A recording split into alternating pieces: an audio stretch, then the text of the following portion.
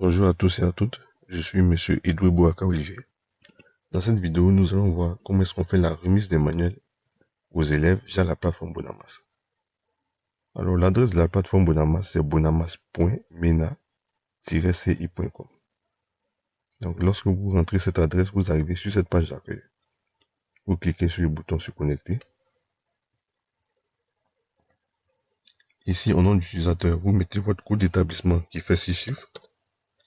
Et vous mettez votre mot de passe et vous cliquez sur connexion. Donc vous allez arriver sur la page de bord de votre établissement. On va faire l'exemple du collège moderne à Wandoli d'Assaoufoué. Donc vous voyez ici, le nombre d'élèves ayant souscrit, c'est 3. Donc vous avez le nombre d'élèves qui ont souscrit dans votre établissement ici. Donc ce que vous devez faire, vous venez sur l'option, c'est marqué visa. Vous allez dans validation des souscriptions, vous cliquez. Vous allez dans validation des élèves, vous cliquez aussi. Donc ici, vous avez la liste des élèves qui ont effectivement fait leur souscription en ligne. Ici, l'opérateur, c'est Trésor P. On va faire donc l'exemple de Kofindoua Marie-Agnès. Vous cliquez sur les 3 points. Éditer. Valider. Vous voyez, c'est mis sur non. Vous mettez oui.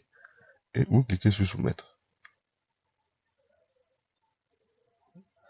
Et donc, vous allez ensuite dans l'option, c'est marqué remise des manuels, tout juste en dessus de l'option souscription. Vous voyez, remise des manuels. Vous cliquez sur remise élève. On a l'élève dont on a fait la validation. Sur la même ligne, il y a 3 points. Éditer.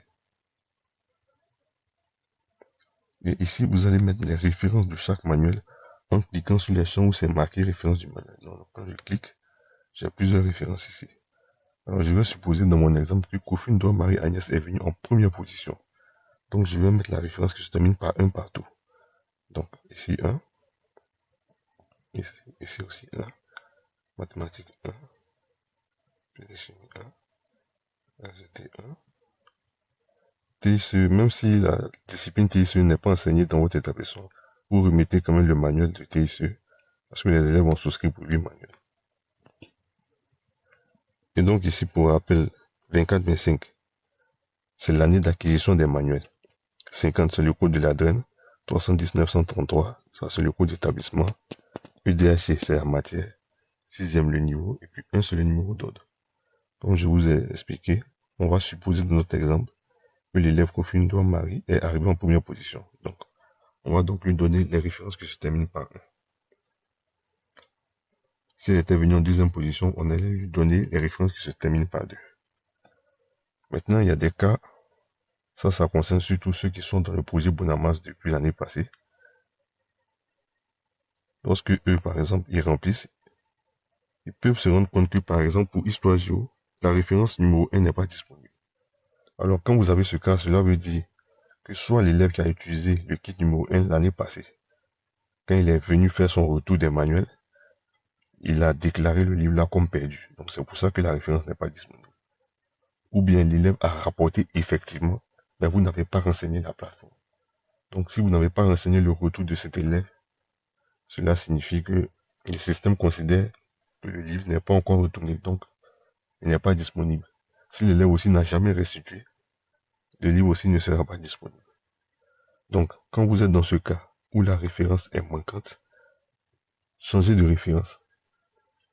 Si le kit numéro 1 a des références manquantes, par exemple physique chimie, vous ne trouvez pas la référence numéro 1, ou SVT, vous ne trouvez pas la référence numéro 1, changez carrément de référence, prenez la référence numéro 2 et vérifiez bien que cette référence-là, c'est tous ces kits au complet, c'est-à-dire pour chaque matière, la référence numéro 2 est disponible.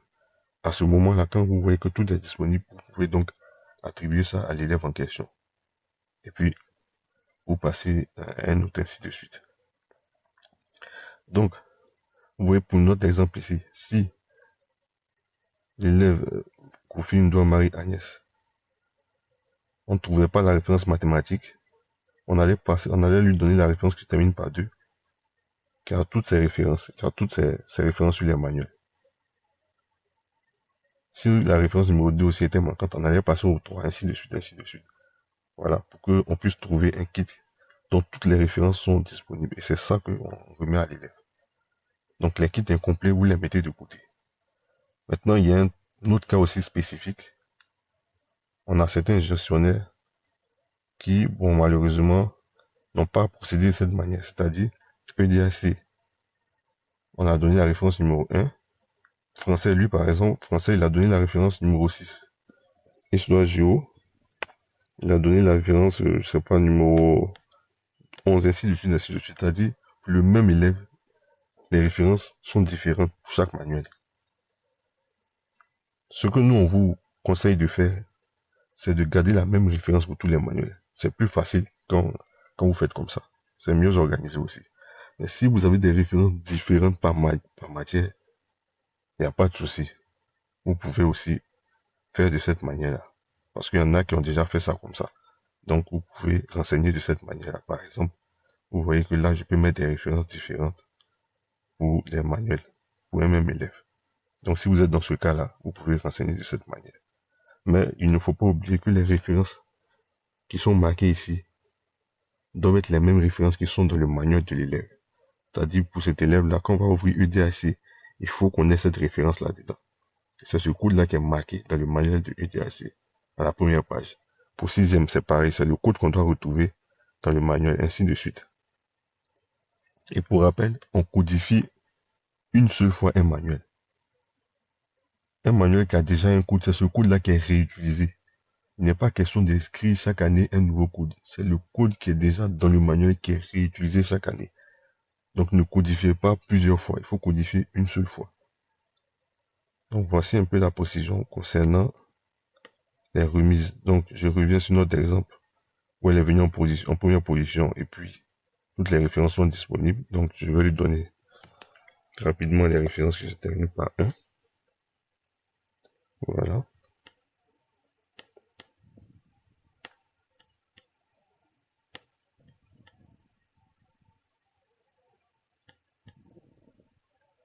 Et je clique sur le bouton soumettre.